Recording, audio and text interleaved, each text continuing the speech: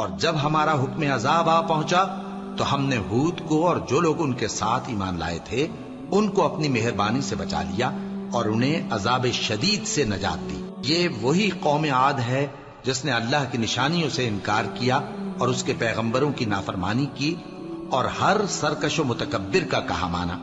اور اس دنیا میں بھی لعنت ان کے پیچھے لگی رہی اور قیامت کے دن بھی لگی رہے گی۔ دیکھو قوم عاد نے اپنے پروردگار سے کفر کیا، اور سن رکھو قوم عاد پر پھٹکار ہے